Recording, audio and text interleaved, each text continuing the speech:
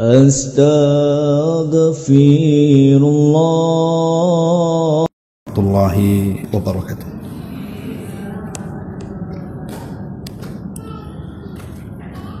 Alhamdulillah wassalatu wassalamu ala Rasulillah wa ala alihi wa sahbihi wa mawalah wa la hawla wa la quwata illa billahi wa ba'd.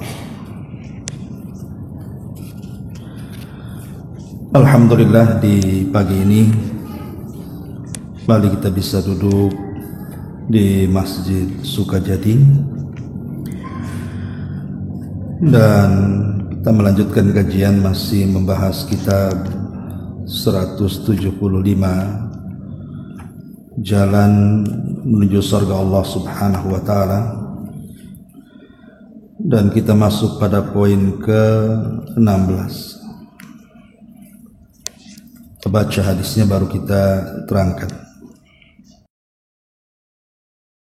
Nabi sallallahu alaihi wasallam bersabda di sini dari hadis yang dikeluarkan oleh Imam At-Tirmidzi dan dihasankan oleh beliau.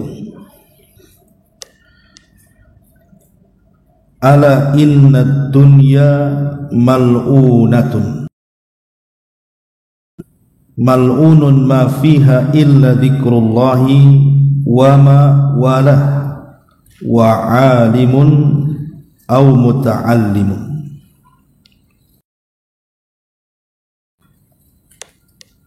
Kata Nabi sallallahu alaihi wasallam, ketahuilah bahwa sesungguhnya dunia ini adalah terlaknat dan segala apa yang ada di dalamnya pun terlaknat, kecuali orang-orang yang berzikir kepada Allah kemudian melakukan amal saleh yang mengiringinya, atau seseorang yang berilmu atau orang yang berusaha untuk mempelajari ilmu.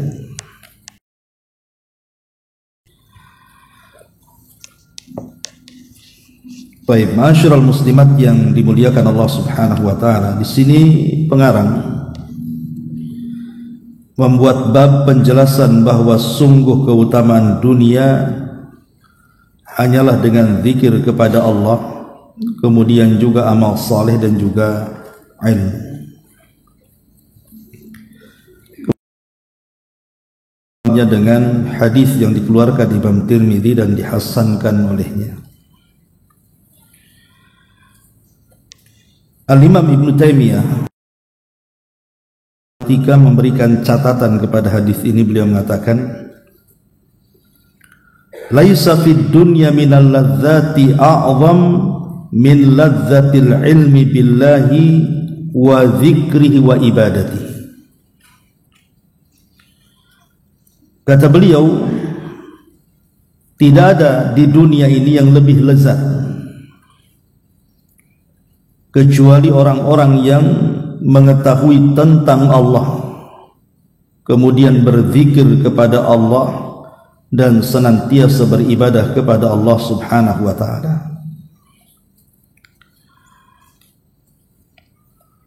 Artinya bahwa yang membuat seseorang lezat hidup di dunia adalah kedekatan dia dengan Allah Subhanahu wa Ta'ala. Sebaliknya, ketika seseorang jauh dari Allah, maka semua akan menyempitkan hidupnya. Nabi sallallahu alaihi wasallam di sini mengatakan terlaknat. Tentu maksudnya tidak boleh kita melaknat dunia secara mutlak, tidak boleh. Tetapi maksudnya orang-orang yang hidup di dunia dan dia jauh dari Allah Subhanahu wa Ta'ala, itulah mereka orang-orang yang dilaknat. Jadi hidupnya mereka di dunia itu penuh dengan laknat. Sedikit kita cerita tentang masalah dunia. Ma'asyiral muslimat yang dimuliakan Allah Subhanahu wa Ta'ala, kita tahu bahwa di dalam Al-Quranul Karim, ketika Allah Subhanahu selalunya konteksnya celaan. Karena memang dunia ini bisa mengantarkan manusia baik menjadi jahat.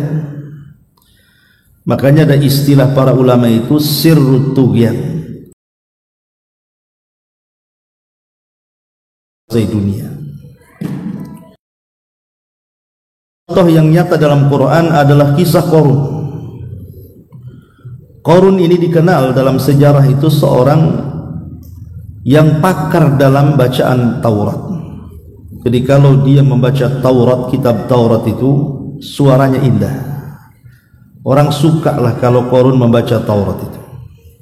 Samalah mungkin kalau hari ini ibu mengundang para qari, kalau membaca Quran itu kadang-kadang orang bisa nangis.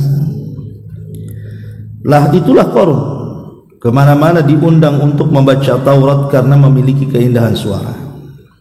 Itu ketika miskin. Tapi setelah kemudian Qarun menjadi orang kaya, dan kekayaannya tidak ada yang bisa menandingi sejak zaman itu sampai hari ini, bahkan sampai kiamat. Kekayaan Qarun itu tidak ada yang bisa menandingi, saking kayanya. Sampai kunci itu baru kuncinya, bagaimana. Tetapi ketika Qarun tidak bersyukur, dia tidak bersyukur akan nikmat yang, ketika kemudian Nabi Musa alaihi salatu wasallam merintahkan seseorang untuk memungut zakat, utusan Musa, tapi Qarun kemudian malah mengusirnya, dan dia mengatakan innama utituhu min ilmin indi. Pergi engkau, karena kekayaan ini bukan datang dari Allah. Kekayaan ini datang dari kecerdasanku. Ini jerih payahku. Jadi Qarun menasabkan harta tidak kepada Allah, padahal di antara rukun syukur semua nikmat kepada Allah. Lihat Nabi Allah Sulaiman alaihi salatu wassalam. Sulaiman juga kaya raya sama dengan Qarun. Tetapi Sulaiman alaihi salam dia mengatakan, hadza min fadli rabbi. Ini semua adalah nikmat dan karunia dari Rabbku. Sulaiman tidak menasabkan kekuasaan dan hartanya kepada dirinya, tapi dia nasabkan semua datang dari Allah Azza wa Jalla.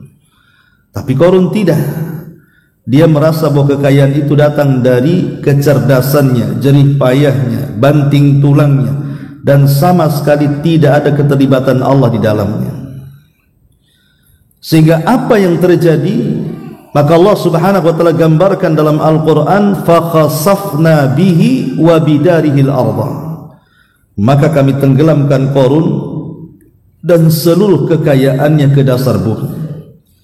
Jadilah harta Qarun, padahal dompet orang tuh.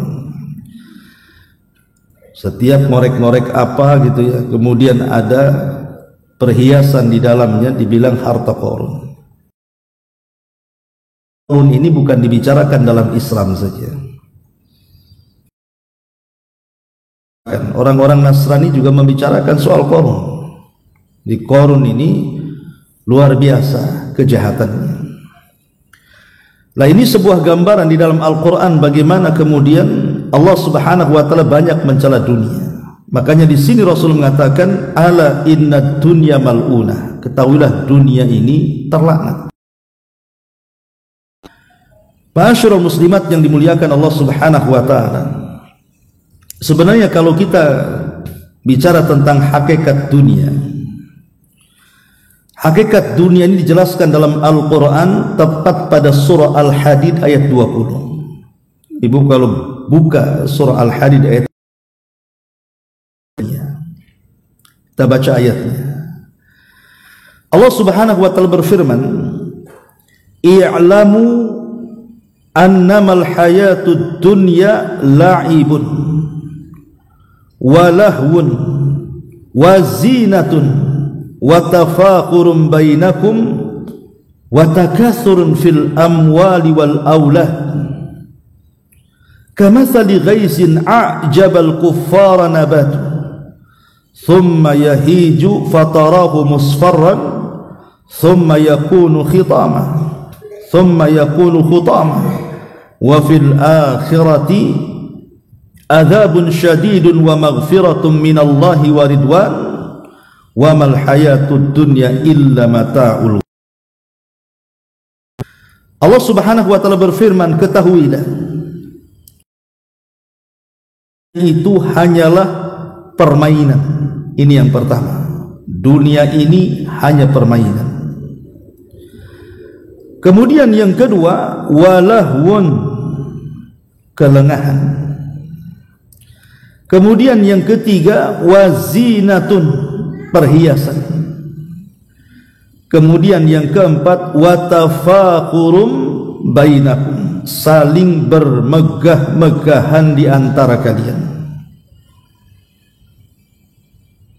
Kemudian yang kelima, watakathurun fil amwal, saling berlomba-lomba dalam memperbanyak harta. Kemudian yang keenam, wal aulad, dan saling memperbanyak soal keturunan. Itulah hakikat dunia. Berarti ada 6. Dunia ini permainan. Yang kedua, dunia ini kelengahan. Yang ketiga, dunia ini perhiasan. Yang keempat, dunia ini hanya untuk berbangga-banggaan. Yang kelima, dunia ini hanya untuk memperbanyak harta kekayaan. Dan yang terakhir, dunia ini hanya untuk membangga-banggakan keturunan. Itulah hakikat dunia, kata ulama. Coba di dunia ini apa coba?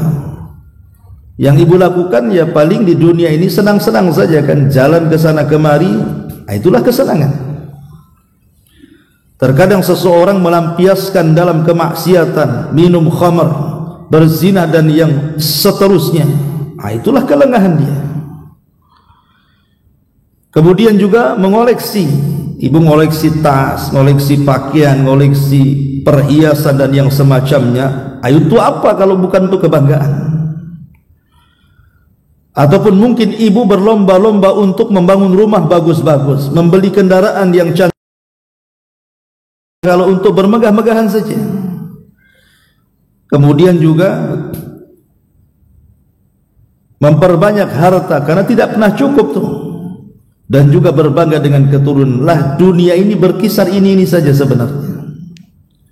Makanya di ujung ayat Allah Subhanahu wa taala mengatakan, wa mal hayatud dunya illa mata'ul ghurur. Ingatlah, kehidupan dunia itu hanyalah kesenangan yang menipu kepada siapapun. Ma'asyiral muslimat yang dimuliakan,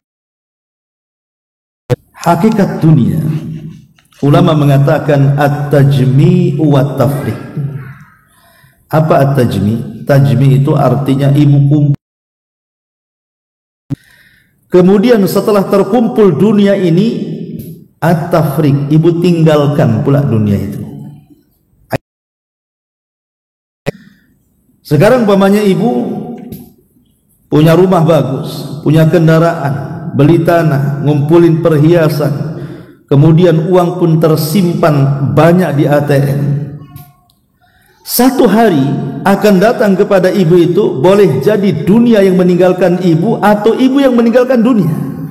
Itu sebuah kepastian itu. Dunia itu cuma dua, boleh jadi dunia yang meninggalkan kita atau kita yang meninggalkan dunia. Kita lihat bencana-bencana alam di negeri kita ini. Dan ada amanah untuk memberikan ke sana. Subhanallah, itu satu kabupaten rata dengan tanah. Rumah-rumah yang bertingkat, tidak ada yang bisa dihuni. Bahkan yang masih tegak saja orang masuk kemudian tidur di dalam itu tidak berani. Mereka harus. Kemudian sebelumnya kita lihat di Jogja, kemudian banjir di mana-mana gitu kan. Lihat rumah-rumah yang megah itu tidak bisa dihuni lagi. Itu artinya dunia yang meninggalkan kita tuh.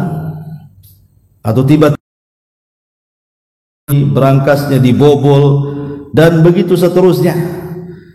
Atau orang-orang yang kita cintai lebih dulu meninggalkan kita. Itulah dunia meninggalkan kita. Atau mungkin yang kedua, kita pula yang meninggalkan dunia. Kendaraan sudah mewah, tanah pula sudah luas, habis itu kita tinggalkan pula tuh perhiasan. Dunia ini jadi rebutan ahli waris. Ahli warisnya dapat dengan cara halal dari kita.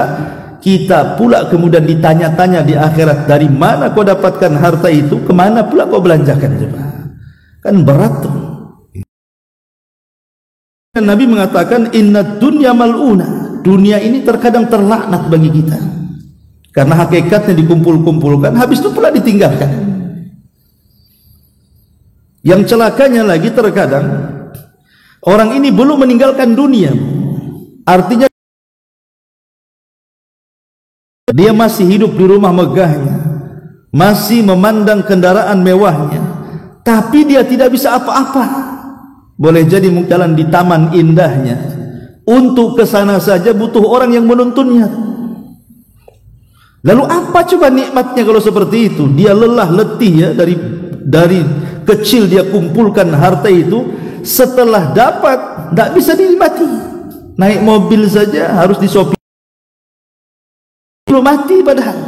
Cemana pula sudah mati.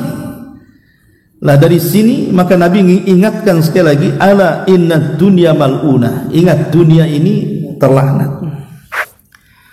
Satu hari Umar bin Khattab radhiyallahu anhu masuk ke ruangan Nabi sallallahu alaihi wasallam. Kebetulan ketika itu Rasul ada masalah dengan istri-istrinya. Ya, Rasul pun terkadang punya masalah juga dengan istri-istrinya. Tapi sekali lagi, masalah yang dihadapi Rasul dalam keluarga itu menjadi sebuah syariat. Sebab kalau Rasul punya masalah, susah pula cara menyelesaikan masalah. Tapi ketika Rasul ada masalah, kemudian Rasul menyelesaikan masalah, kita bisa mencontoh cara penyelesaiannya dari Nabi SAW. Apa masalah Nabi? Jadi sebagai itu protes sama Nabi, minta supaya tambahan belanjanya ditambah. Rupanya tabiat wanita itu sama saja sejak zaman Nabi sampai hari ini, pasti minta tambahan belanja kan, Bu. Kalau bisa kan tambah. Istri Nabi juga sama, Bu. Ya, juga pengen hidup agak senang. Di mereka manusia juga, kita tidak bisa, pengen juga hidupnya enak kan itu. Tetapi Nabi SAW kan sudah keras menghidupi keluarganya, dan itulah kemampuan Nabi SAW. Sehingga Rasul marah. Akhirnya Nabi SAW pun kemudian tidak menggauli istrinya hampir 1 bulan. Dia pindah ruangan, tidak mau hidup bersama istrinya. Sehingga kemudian tersebar isu bahwa Nabi SAW menceraikan istri-istrinya. Disinilah kemudian marahlah para mertua. Abu Bakar marah sama Aisyah, disangka Aisyah biang keroknya. Kemudian Umar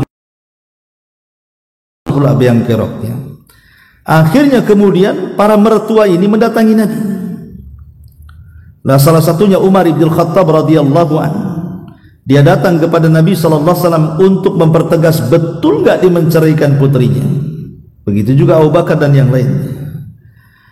Ketika Nabi SAW sedang tertidur, dan Nabi SAW tertidur itu dialas dengan pelepah kurma.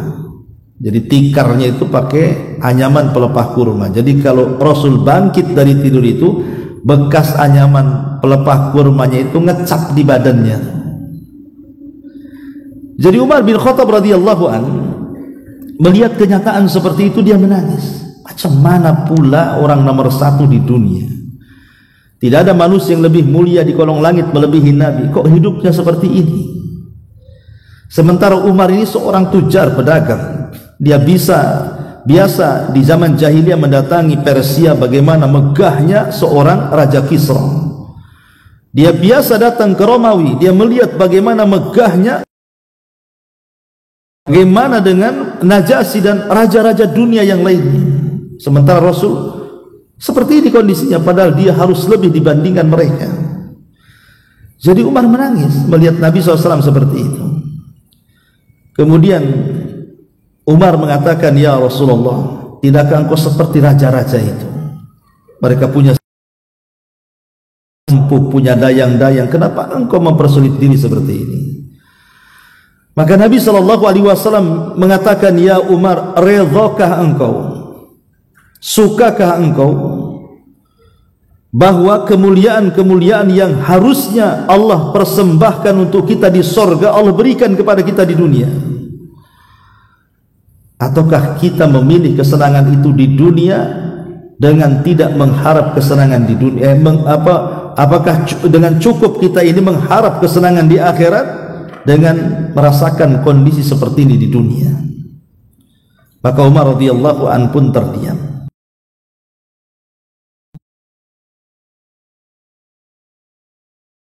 Uhudnya manusia di dunia ini, ya mereka itu orang dunia karena sorga mereka di dunia gitu. Tapi sorga kita kan bukan di dunia, di akhirat. Tunggu saja, sabar, nanti kita akan mendapatkan jauh lebih baik dibandingkan yang mereka dapatkan di dunia. Dari sijnul mu'min wa jannatul kafir. Dunia ini penjara bagi orang-orang yang beriman dan sorga bagi orang-orang kafir. Ketika seorang ulama besar namanya Al-Hafidh Ibnu Hajar Al-Asqalani, ibu kalau mengkaji kitab Bulughul Maram, itulah karya daripada ulama Syafi'i, ulama besar dunia. Ibnu Hajar itu dulunya seorang qadhi di Mesir. Dialah yang suka memutuskan perkara orang-orang Mesir, qadhi hakim. Jadi satu hari Ibnu Hajar Al-Asqalani ini dia jalan-jalan ke pasar. Namanya dia seorang ulama besar, murid-muridnya banyak gitu ya. Kemudian dia ke pasar bawa kuda, karena kendaraan di zaman itu kan pakai kuda. Jadi dengan pakaian kerajaan yang megah gitu ya, ke pasar dia belanja. Oh, datang murid-muridnya dari mana-mana. Lah rupanya di pojok pasar itu ada orang Yahudi memperhatikan gerak-gerik ulama ahli sunnah ini, Ibnu Hajar Al-Asqalani ini. Kemudian merenunglah orang Yahudi ini di pojok pasar itu. Itu siapa kok? Kendaraan kemudian dihormati orang, enak kali hidup dia. Karena orang Yahudi ini sudah kafir, belangsak lagi hidupnya, miskin dia. Jadi orang Yahudi miskin ini akhirnya ngomong sama kawannya yang muslim itu, fulan, kamu tahu siapa orang itu? Enak kali hidupnya. Maka seorang muslim ini yang merupakan murid Ibnu Hajar juga mengatakan, dia guru kami, dia Ibnu Hajar Al-Asqalani, dia hakim kami di sini. Kemudian Yahudi miskin dia mengatakan kepada yang muslim ini, bisa nggak kau antar aku ngobrol dengan dia? Kata seorang muslim, oh tentu bisa, saya bisa antar kau ke tempat. Akhirnya kemudian Yahudi miskin ini diantar oleh muridnya Al-Imam Ibnu Hajar, kemudian menemui sang imam besar dunia ini. Setelah 4 mata. Kata Yahudi ini, wahai imam, hidupmu kok senang sekali. Kamu memiliki kendaraan yang bagus, pakaian yang megah, dihormati manusia, dapat gaji dari pemerintah, kurang apa hidupmu? Kemudian dia mengatakan, wahai imam, saya ingin bertanya satu perkara. Saya dengar dalam agamamu, nabimu mengatakan, ad-dunya sijnul mu'min wa jannatul kafir. Dunia ini penjara bagi orang yang beriman dan sorga bagi orang kafir. Apa enggak terbalik katanya? Dia mengatakan, apa tidak terbalik kan katanya? Maksudnya dalam pandanganmu, kata orang Yahudi ini, pasti kau katakan aku ini kafir karena aku ini Yahudi. Tapi lihat kehidupanku kok susah kayak gini katanya. Bagiku dunia ini penjara, tidak ada surga-surganya katanya.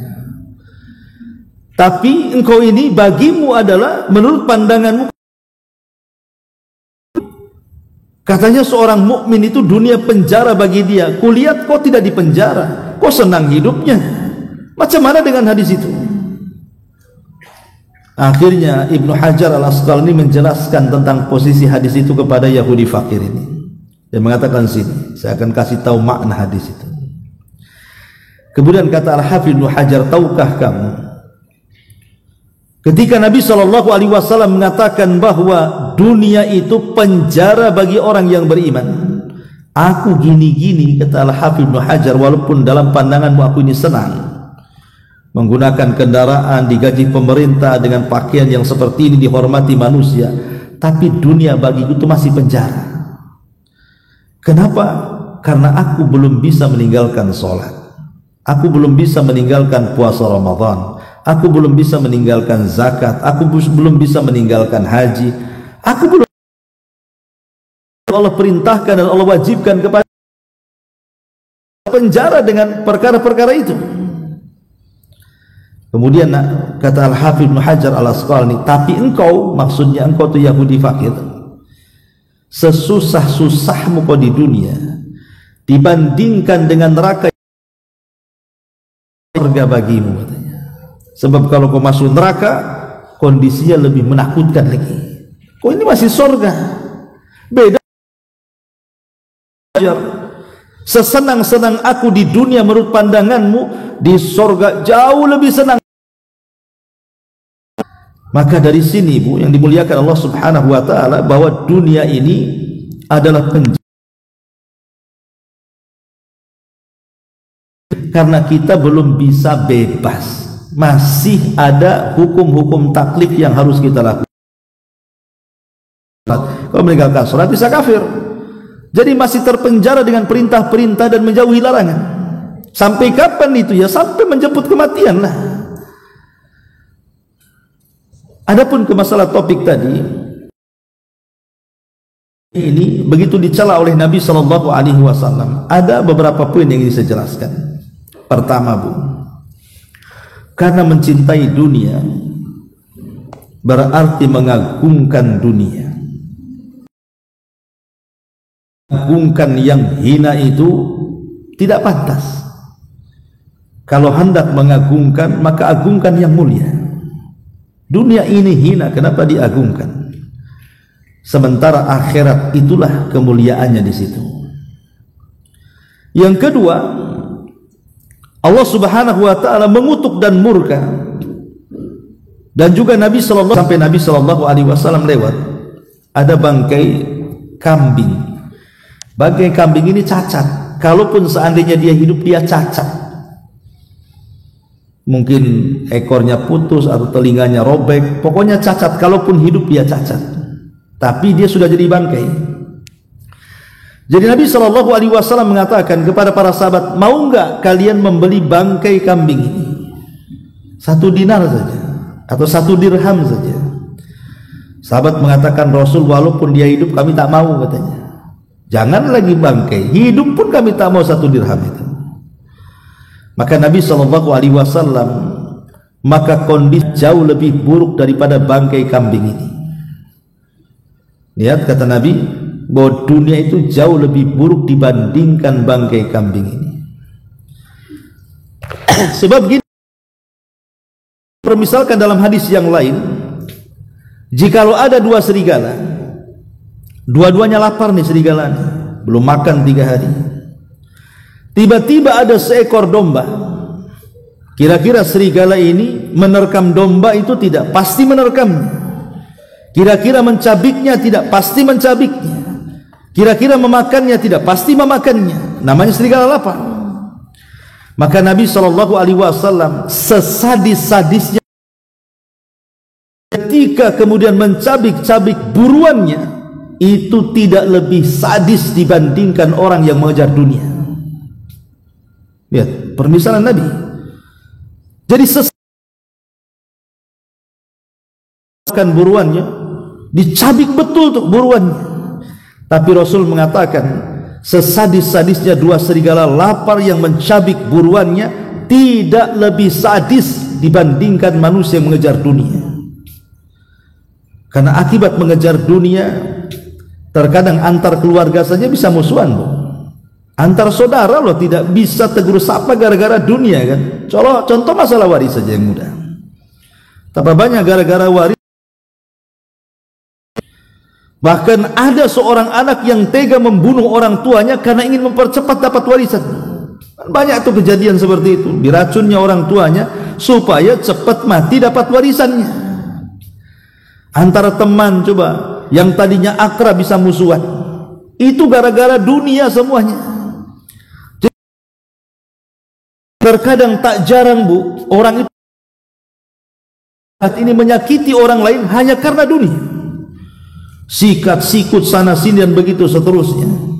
Sampai saya itu punya kawan bekerja di instansi pemerintah. Dia cerita, kami itu di dalam itu wah luar biasa persaingan itu, sikut sana sikut sini katanya. Kalau kita tidak ikut alur mereka, kita terbuang dari situ katanya. Lah seperti itu kondisinya kan. Makanya wajar kalau Rasul mengatakan sesadis-sadisnya serigala itu masih sadis manusia lagi. Hanya dunia ini yang kedua. Yang ketiga, mencintai dunia ini berarti menjadikan dunia sebagai tujuan hidup. Manusia ini bukan di dunia. Karena setiap hari kan kita bisa melihat ada orang yang meninggal dunia. Hari-hari kita melihat ada orang meninggal dunia. Entah kemudian disakiti, entah memang mati wajar dan begitu. Tapi hari-hari loh kita melihat ada orang mati. Bahkan terkadang kita yang mandikan, kita yang mengkafankan, kita yang menguburkan. Artinya dari sini bahwa dunia ini kan bukan tujuan, buktinya ada orang mati. Bahkan kita saja sudah akan merasakan kematian yang usianya sudah terasa tuh kematian itu menjemput kita. Karena apa? Langkahnya sudah ngos-ngosan dan begitu seterusnya. Sebenarnya logika-logika itu bisa kita gunakan bahwa dunia ini bukan sebagai tujuan. Rasulullah sampai mengatakan kepada Ibnu Umar radhiyallahu anhuma, wahai Ibnu Umar, jadikan dunia ini dirimu, hanya singgah sesaat kemudian kau berangkat lagi. Kemudian yang ketiga, kata para ulama bahwa dunia ini kalau terlampau dikejar maka akan meninggalkan keikhlasan kita kepada Allah. Hadis Nabi SAW mengatakan bahwa orang yang pertama disentuh api neraka itu siapa? Salah satunya orang kaya yang ahli sedekah. Bayangkan, harusnya orang kaya yang ahli sedekah kan masuk surga. Tapi tidak pula orang ini justru yang pertama dipuji orang, ingin disanjung orang, akhirnya itu jangan itu, nggak bayar tuh, nggak usah ngutangi lagi sama dia. Boleh menggibah seperti itu, ya, tapi hanya sebatas cashnya saja, Bu, karena menggibahnya dalam bab tidak bayarnya. Jangan ya, bukan yang sama, jangan lebih, nggak boleh lebih. Ada orang kata saja, pemanya ibu dikatakan oh dasar kancil, ibu boleh membalik katanya, jadi nggak boleh nambah. Jadi boleh kita ini membalas keburukan tapi dengan keburukan yang sama. Lah orang yang menggibah orang yang tidak mau bayar hutang pun dalam bab itu saja, jangan kemana-mana. Itulah indahnya Islam. Jadi masalah dunia ini akan mencerai-beraikan ukhuwah al-imaniyah. Kemudian terkadang juga tasyabbatat qalbul abdi. Gara-gara dunia ini orang tidak bisa tenang hidupnya. Memang dilemahkan para ulama tapi maknanya benar. Kata Nabi SAW, man ushriba qalbuhu hubbud dunya, atau man ashraba qalbahu hubbad dunya iltata minha bithalathin, kata Rasul. Barang siapa hatinya dipenuhi dengan cinta, tiga perkara. Yang pertama, syaqa'in la yanfad anahu wa hirsin lam yablugh ghinahu wa amalin lam yablugh muntahahu. Kata Nabi SAW, kalau orang sudah dicintakan dengan dunia, pertama dia akan mendapatkan penderitaan yang tidak akan pernah berakhir. Yang kedua, keinginan yang tidak akan pernah tercukupi. Yang ketiga, cita-cita yang tidak. Orang kalau terlampau cinta dunia ingin mengejarnya, pasti yang ada penderitaan. Pasti semua keinginannya tidak mungkin terpenuhi dan cita-citanya tidak mungkin tergapai. Kenapa? Karena dunia ini kan tidak pernah puas mencarinya, Bu. Siapa yang bilang puas itu? Saya itu punya kawan, dia tukang bangunan. Kebetulan dia bekerja juga bangun di pesantren itu. Dicerita dia, dulu Ustaz saya waktu masih awal-awal ke Batam. Jadi ya saya kerja bangunan seperti ini. Saya bercita-cita kalau saya sudah punya rumah nggak ngontrak, punya mobil minimalnya mobil pick up gitu ya. Itu sudah cukup katanya. Sekarang keinginannya sudah dipenuhi Allah. Dia cerita sama saya itu. Alhamdulillah Ustaz, saya sudah bisa beli rumah, nggak lagi ngutang katanya. Saya pun sudah bisa beli pick up katanya. Ya. Tapi kayaknya saya masih kurang. Tanah lagi sebelah sana kan begitu, Bu, ya. Orang itu tidak mungkin puas karena Allah yang mengatakan jama'a mala wa addada yahsabu anna malahu akhlada. Orang itu loh kalau sudah ngumpul-ngumpulkan harta itu pasti akan dihitung tuh hartanya. Kalau sudah dihitung hartanya pasti minta tambah. Contoh, ibu sudah punya kos-kosan 10 pintu kosong, pasti ditanya tuh tanah kosong itu, ini tanah kosong siapa, mau dijual nggak? Mesti itu ya. Nanti ini sudah kebeli, Bu, dibangun lagi tuh mungkin sampai 10 pintu lagi, mungkin tidak jauh dari situ ada lagi tanah kosong tuh, pasti ditanya lagi tuh, tanah kosong siapa tuh. Akan seperti itu karena Rasul yang mengatakan orang itu loh baru puas kalau sudah ditimbun tanah. Kalau belum ditimbun tanah nggak akan puas itu. Yang menjadikan berhenti manusia dari dunia itu tanah yang menimbunnya, baru selesai angan-angannya. Jangan cari dunia, Bu. Orang yang nampaknya mencari akhirat, kalau tujuannya dunia itu tersiksa, Bu. Contoh nih, ibu nyumbang ke pesantren saya umpamanya, anggap saja 20 juta nih Ustaz untuk pembangunan pesantren. Jadi saya tidak doakan ibu, cuman syukran jazakumullah khairan umpamanya kan. Itu kepikiran tuh sama ibu tuh. Kok Ustaz cuma syukran jazakallah khairan katanya, kok tak ada doa panjang-panjang kek, nama saya disebut di grup kek kan itu, kan itu tak nampak di situ. Oh, tahu kayak gini kan itu tersakiti, Bu, karena tidak ikhlas kan. Karena tidak ikhlas itu padahal jelas-jelas itu urusan akhirat, tapi karena tujuannya dunia sakit hati dia. Macam mana kalau hanya lah. Dari sini makanya wajar kalau Nabi SAW mengatakan syaqa'in la yanfad anahu, kata Rasul, penderitaan yang tidak akan pernah berakhir selamanya, menderita dia ya. Kemudian wahirsin lam yablughinah, dan juga keinginan yang tidak akan pernah terpenuhi.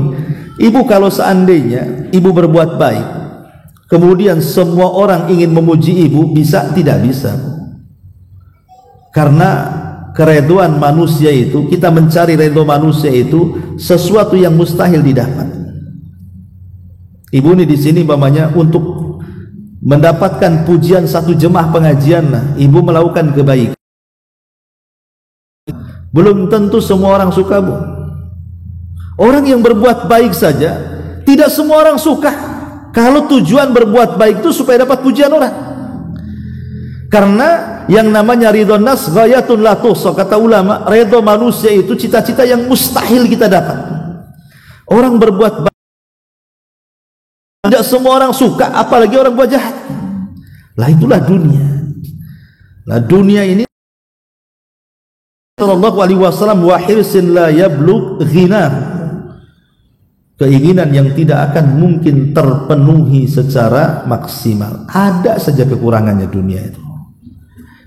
Ibu saja bangun rumah nih, udah digambar cantik-cantik, di tengah jalan nggak jadi pak tukang, ini bongkar nih, ini ganti nih, sebelah sini ruangannya. Itu padahal sudah awalnya sudah digambar cantik-cantik, itu sudah menghayal rumahnya kayak gitu, sudah dibangun, ada aja yang dirobah tuh. Karena memang dunia ini tidak pernah memuaskan hati. Kemudian kata Rasul, wa amalin la yablugh muntaha, kata Nabi, cita-cita yang tidak mungkin tergapai. Dan banyak lagi lah kalau cerita dunia. Baik, kita balik kepada hadis yang kita bahas. Di sini Nabi SAW mengatakan, ala inna dunya mal'unatun mal'unun ma fiha illa dzikrullah alahu wa alimun au muta'allimun.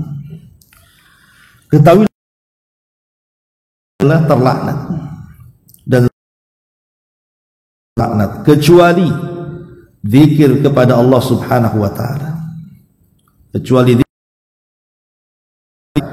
Kemudian amal saleh yang mengiringi zikir, juga seseorang yang berilmu atau mempelajari ilmu. Masyarul muslimat yang dimuliakan Allah Subhanahu wa taala, bicara tentang zikir. Zikir itu kan ada 3 bentuk, Bu. Dan semua zikir itu pasti menenangkan hati. Tidak ada zikir yang tidak menenangkan hati. Disebutkan dalam kitab para ulama ketika menjelaskan tentang keutamaan majelis zikir. Zikir seperti ibu hari ini duduk di sini, itu hakikatnya ibu sedang duduk di taman sorga. Cuman tak nampak aja tamannya kan. Maksudnya seperti duduk di taman sorga. Karena biasa duduk di majelis ilmu seperti ini, pasti Bu akan tenang hidupnya. Artinya dia tidak mungkin gusar, pasti akan nyaman hidupnya kan. Mendengarkan kira-kira apa nih, ngomong apa nih Ustadz nih kan. Dia serius. Coba ibu bawa,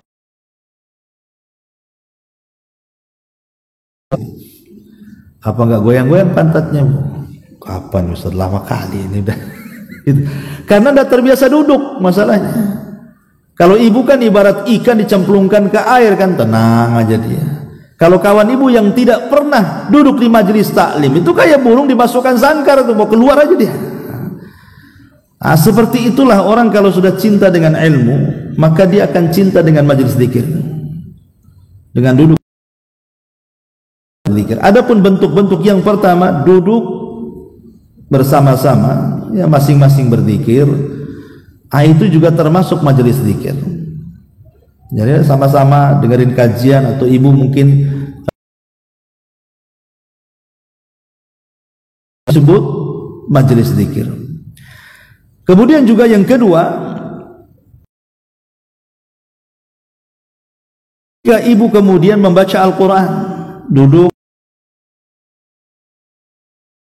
ya, maka itu pun termasuk ibu itu bermajlis di majelis zikir namanya. Atau yang ketiga, mempelajari halal dan haram, seperti ini yang saya katakan di awal tadi. Ya, mempelajari halal haram, ini boleh, ini tidak, ini perintah, ini larangan, dan begitu seterusnya. Itu semua adalah bicara soal majelis zikir. Ya, majelis, ibu pulang dari sini zikir sendirian, ketika di jalan, ketika di pasar, ketika di rumah. Zikir inilah yang akan memanfaatkan hidup kita di dunia. Makanya ada istilah hadis Nabi SAW apa? Sabaqal mufarridun. Apa sabaqal mufarridun itu? Jadi kalau ibu pulang dari sini berdua nih naik motor boncengan, ini yang sopirnya yang di depan, dari mulai sini sampai rumah lisannya terus mengucapkan subhanallah walhamdulillah wala ilaha illallah Allahu akbar, atau subhanallah bihamdi subhanallah, terserah zikir apa. Entah tengok apa kan, sama-sama sampai rumah. Lah kata Nabi SAW, sabaqal mufarridun, orang-orang yang lisannya tidak pernah berhenti dari zikir, justru dia akan masuk surga dibandingkan kawannya yang diam. Sama-sama pada pulang dari majelis taklim kan, sama-sama pulang dari sini nih, zikir yang satu diam. Maka yang suka berzikir ini kata Rasul, mereka lebih mendahului kita masuk surga dibandingkan kita yang diam. Ini kan luar biasa ya. Itu kalau cerita zikir. Adapun zikir ini kenapa kemudian dikecualikan dari dunia yang terlaknat ini? Kenapa Nabi SAW memilih zikir? Karena memang zikir ini amalan yang ringan, semua orang bisa melakukannya. Ibu bisa melakukannya, bapak bisa melakukannya, anak kecil, orang remaja, orang dewasa, orang tua, orang sakit, orang sehat, orang safar, orang mukim, semua bisa melakukannya. Tidak dibatasi tempat, tidak dibatasi waktu, coba bayangkan.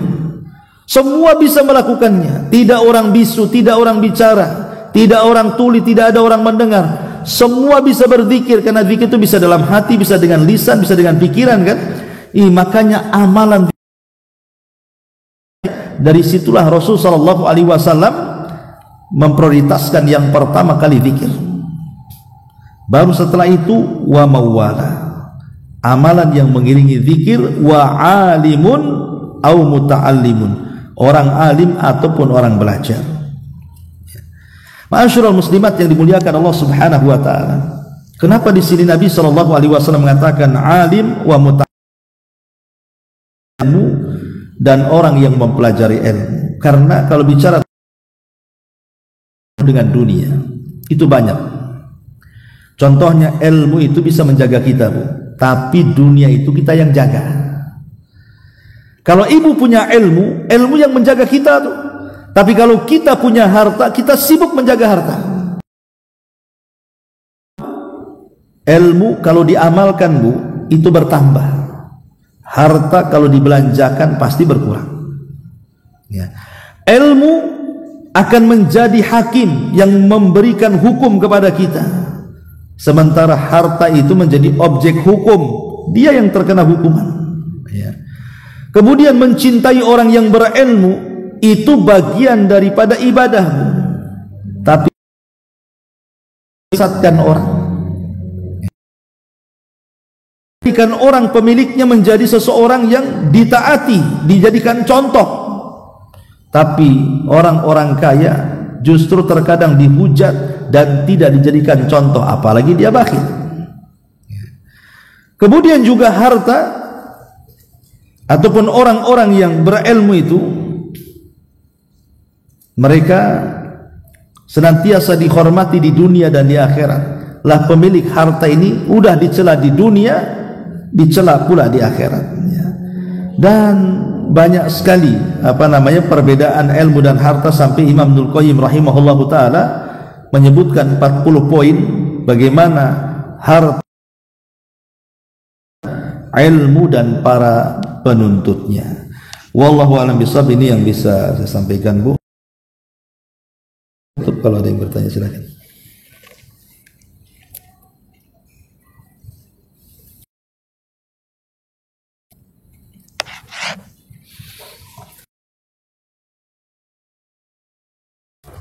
Silakan kalau ada yang bertanya.